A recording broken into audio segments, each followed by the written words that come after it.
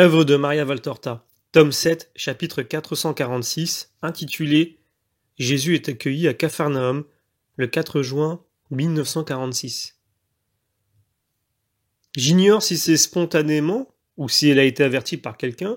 Porphyrée se tient déjà sur la petite plage de Capharnaüm quand les barques y accostent.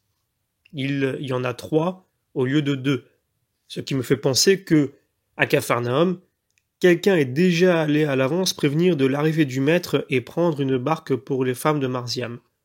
Et avec Porphyrée se trouvent les filles de Philippe et Myriam, filles de Jaïr, en plus de la mère de Jacques et Jean.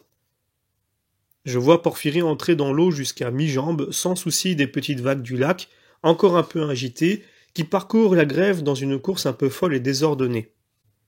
Elle se penche à l'intérieur de la barque où se trouve Marziam et l'embrasse. « Je t'aimerais bien aussi pour lui, je t'aimerais bien pour tous, mon fils chéri. » Elle dit cela d'une voix très émue, et sitôt que la barque est arrêtée et que ceux qui s'y trouvaient en descendent, Porphyrée serre Marziam contre elle, ne cédant à personne le devoir de faire sentir au jeune homme qu'il est très aimé. Elle va de même se joindre au groupe de l'autre barque pour vénérer le maître, et cela avant que les habitants de Capharnaüm et les nombreux disciples qui attendent depuis longtemps l'arrivée de Jésus ne s'emparent du maître et ôtent aux femmes disciples la joie de l'avoir pour elles.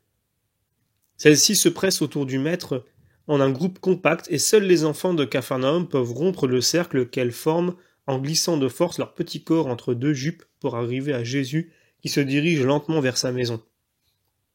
À cette heure matinale, il y a peu de monde dans les rues, tout au plus des femmes qui vont à la fontaine ou au marché, entourées d'une nichée d'enfants ou quelques pêcheurs qui retournent porter les rames et les filets dans les barques pour les préparer à la pêche du soir.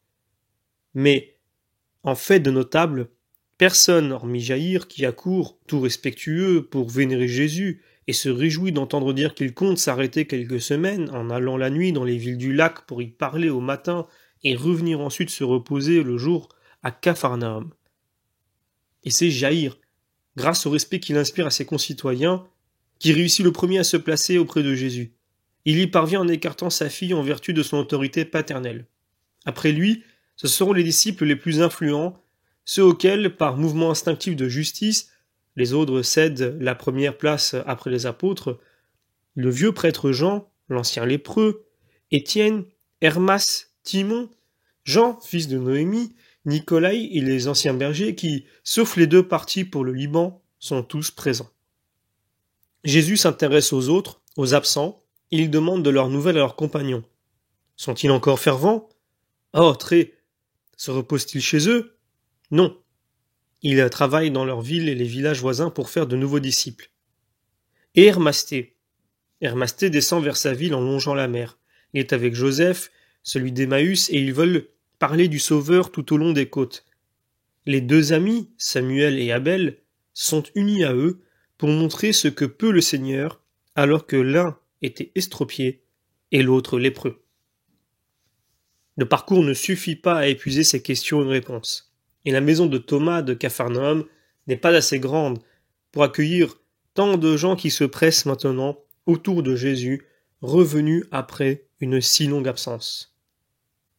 Jésus décide donc de prendre le chemin de la campagne pour pouvoir rester au milieu de tous, sans faire de préférence.